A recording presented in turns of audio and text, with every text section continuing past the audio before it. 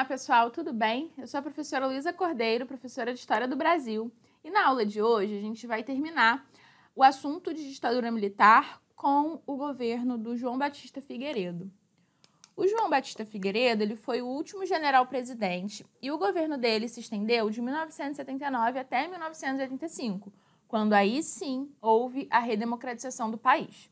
O governo Figueiredo ele já começa sendo abalado por uma nova crise da OPEP, né? A segunda crise da OPEP ela vai diminuir o fluxo de capital estrangeiro para o Brasil. Então, aqueles empréstimos que aconteciam agora com um juros alto, né, eles vão continuar altos, mas eles vão diminuir. E se diminui o fluxo de capital, diminui o poder de investimento do Estado brasileiro, né, em setores prioritários, em setores chaves, enfim, para resolver os problemas do Brasil. E uma dívida externa que só cresce e uma inflação que só cresce, né? Tanto que a década de 80 ela vai ser considerada a década perdida.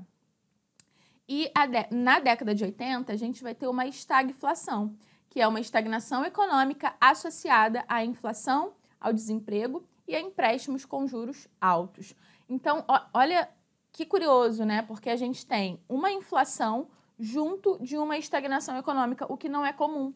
Geralmente, quando nós temos uma inflação, a gente tem um crescimento econômico. E até o crescimento econômico, ele acaba fomentando a inflação na medida em que, se há crescimento econômico, a gente entende que há novos postos de trabalho, o desemprego diminui, né? A renda ela aumenta, então há uma demanda maior por produtos e há, então, obviamente, o aumento do preço desses produtos e, portanto, uma inflação, mas não é o caso aqui. Aqui a gente tem uma inflação que cresce muito junto de uma estagnação econômica, de um país que não se desenvolve economicamente. E a política no governo Figueiredo? O Figueiredo, ele vai continuar naquela linha, ele também pertence ao Sorbonne, né? Ele vai continuar no projeto de distensão política, de abertura à democracia, como o seu antecessor, o Ernesto Geisel. E sendo assim, o Figueiredo ele vai promulgar a Lei de Anistia Geral no ano de 1979. Essa lei ela vai anistiar os presos políticos e os exilados que puderam retornar ao Brasil, né, sem o perigo de que eles fossem presos, torturados ou sofressem algum episódio ali de violação de direitos humanos. E aí, pessoal, ainda sobre aquele setor linha dura do Exército, né? No governo Figueiredo, eles acabam extrapolando os protestos contra essa abertura política. De que maneira? Eles vão começar a praticar atentados terroristas. Então, eles vão colocar bombas em bancas de jornais, eles vão atentar contra a sede da OAB no Rio de Janeiro. E o maior de todos esses atentados, o que mais ficou conhecido, digamos assim, foi o atentado ao Rio Centro, no ano de 1981. No Rio Centro, aqui no Rio de Janeiro, na Barra da Tijuca, acontecia um evento em comemoração ao dia 1º de maio, né, que é o Dia do Trabalho. E nesse evento, os militares eles colocaram uma bomba no relógio de energia elétrica do local e uma bomba estourou no colo de um sargento do Exército, matando-o, né, imediatamente. E ele estava no banco do passageiro e quem dirigia aquele veículo era um capitão do Exército que não morreu, mas ficou gravemente ferido. Então, ficou óbvio para todo mundo que era mais um atentado da linha dura do Exército, porque eles utilizavam desses atentados para culpar a oposição, a esquerda, os comunistas, aqueles que lutavam contra o regime, para justificar a manutenção do regime. Então, é para dizer mais ou menos assim, ó, tá vendo aí? A esquerda, os comunistas, a oposição são terroristas. Então, a gente não pode sair do poder. Há de se continuar um regime autoritário. A gente não pode permitir uma abertura à democracia. Mas com esse atentado do Rio Centro ficou claro qual era o intuito dessa linha dura do Exército, né? Que não vai cessar em tentar manter esse regime de exceção no Brasil. Ainda na política do governo Figueiredo, a gente tem uma reforma partidária que permitiu o processo de pluripartidarização do Brasil. Então, aquele bipartidarismo ele vai ser abandonado no governo Figueiredo e podemos ter a retomada da pluripartidarização, da multipartidarização no Brasil. É bom, mas o Figueiredo, ele também tem um intuito ali por trás, que a gente vai entender agora qual é. A Arena deixa de se chamar Arena e passa a se chamar PDS. Inclusive, essa reforma partidária, ela obriga que todos os partidos políticos criados naquele contexto, eles tenham o P de partido na frente, tá? Arena, então, vira PDS. Arena, PDS. Bastante diferente, né? E faz sentido por quê? Porque os arenistas, os militares, o partido dos militares, não estava bem na fita naquele momento. A oposição, ela vinha crescendo eleitoralmente, né? O MDB, como eu disse lá na aula do governo Geisel, ele vem aumentando a sua bancada a cada eleição parlamentar que existe.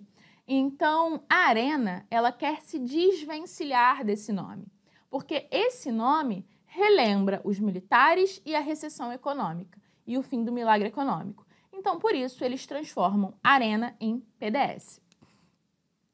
Agora, o MDB. O MDB, ele tá super bem na fita. O MDB só cresce. Ele vai querer se desvencilhar desse nome? Não. Então, o MDB vai colocar somente o P na frente, virando PMDB.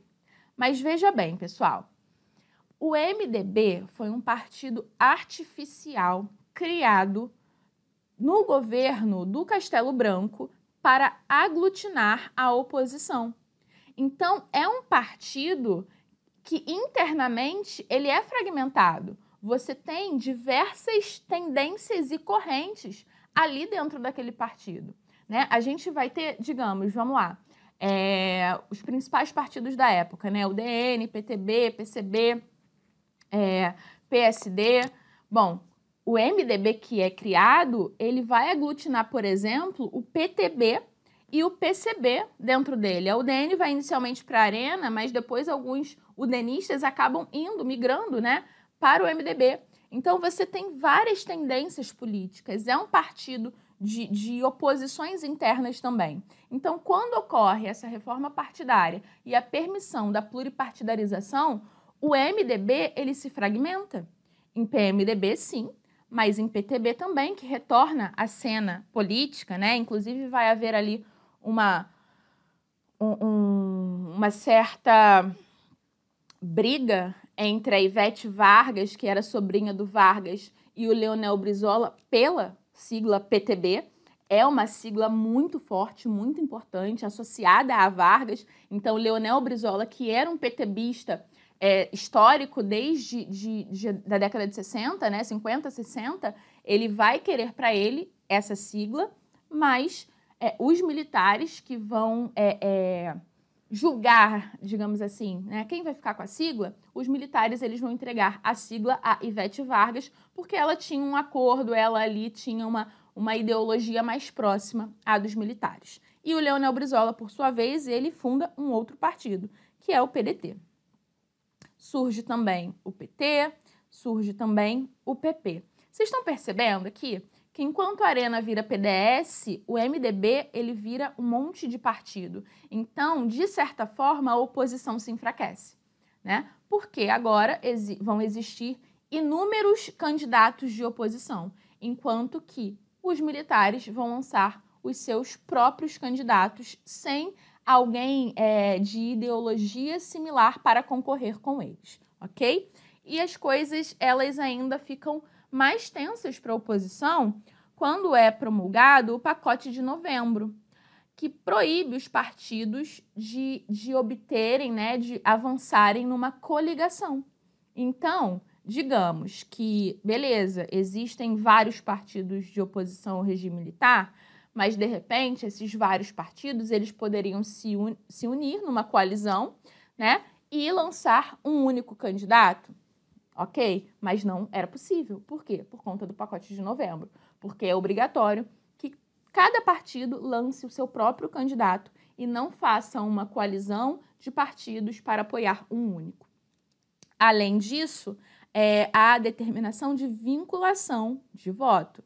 Então, você, eleitor, que vai votar num pleito para eleições municipais, né, você tem que votar em candidatos do mesmo partido em todos os cargos. Então, você não pode votar no vereador, um vereador do PMDB e um prefeito do PDS. Não é possível.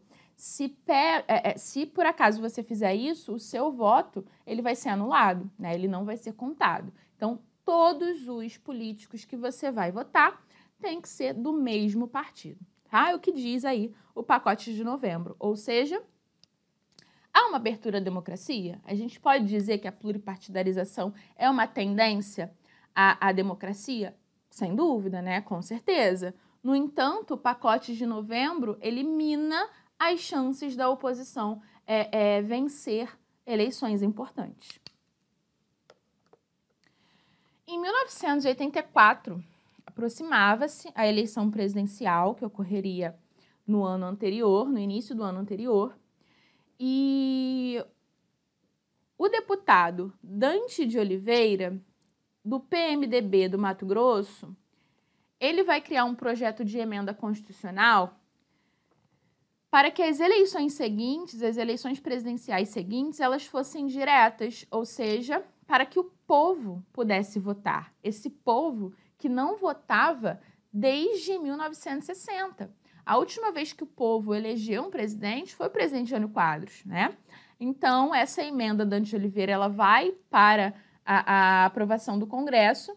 Os setores da sociedade civil vão se mobilizar para pressionar esse Congresso a aprovar essa emenda Dante de Oliveira. E essa pressão, ela acarretou num dos maiores movimentos, né, de manifestações, de protesto, que foi o movimento das diretas já no ano de 1984. Então, diversos setores da sociedade uniram-se reivindicando o fim do regime militar e a redemocratização do país.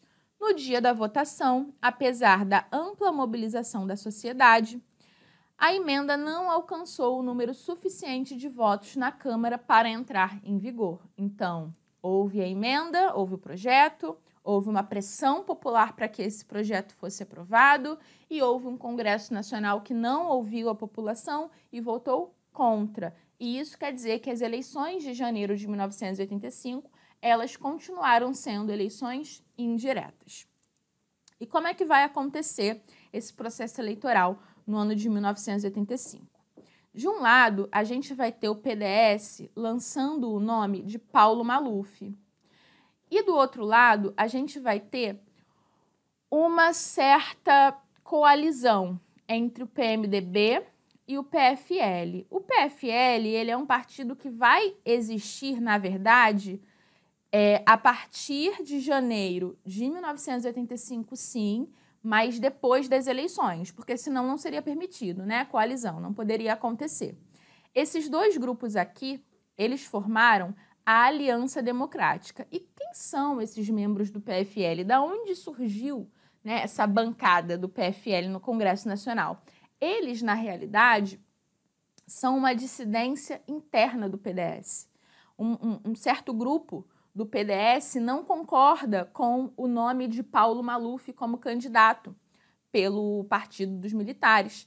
Esse grupo, então, quando percebe que não será ouvido, né, porque vai ocorrer, na verdade, uma disputa interna entre o Paulo Maluf e um outro político ligado ao PDS, e o Paulo Maluf vence. Então, aqueles que perderam essas eleições, eles saem do PDS e passam a apoiar a chapa do PMDB, que lança o nome de Tancredo Neves, que era um político, né, com uma trajetória longa no estado de Minas Gerais, foi deputado estadual, deputado federal, senador também.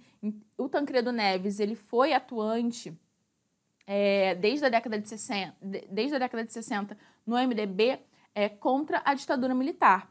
Então, sendo assim, esse é o cenário que favoreceu a eleição de um civil, né? Mas que é um civil que não foi ligado aos militares.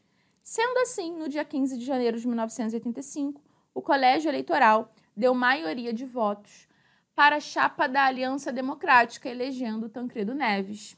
Tancredo Neves, o civil do PMDB, que iria ser empossado presidente da República depois de 5 mandatos de generais presidentes desde a década de 60. A posse de Tancredo Neves ocorreria no dia 15 de março daquele mesmo ano, mas o Tancredo Neves ele ficou muito doente, ele tinha problemas abdominais, ele tinha diverticulite, vai passar por uma série de cirurgias e vai acabar morrendo, né? Ele morre no dia 21 de abril e no dia 15 de março, quem toma posse é o seu vice. E quem é o seu vice? O seu vice é o José Sarney.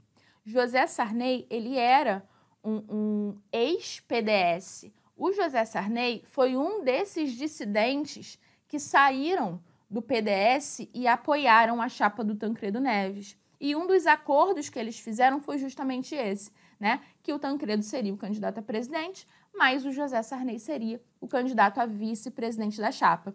Então, quando há os problemas de saúde do Tancredo Neves e vai acarretar na morte dele, né, no dia 21 de abril, quem assume é o José Sarney, o que é bastante problemático. Inicialmente é problemático porque, caramba, Tancredo Neves está doente, há um certo receio por parte do PMDB e da sociedade civil de que os militares, nesse contexto de adoecimento do presidente eleito, os militares eles criem mecanismos para se perpetuar no poder, né? E há uma preocupação também, depois da morte de Tancredo Neves, de, caramba, quem era o José Sarney? José Sarney, ele era um ex-arenista, chegou a ser presidente do partido. Ele foi base de apoio, base aliada dos militares durante todo o período. Então, qual seria o comprometimento do José Sarney com a redemocratização de fato do país, né? Há uma certa angústia entre a população brasileira naquele momento, porque eles finalmente conseguiram eleger Tancredo Neves, um presidente civil, mas há um questionamento se isso será válido ou não, né? Se José Sarney vai colaborar com isso ou não. E esse é o tema da nossa próxima aula. Eu espero encontrar vocês lá. Tchau, tchau!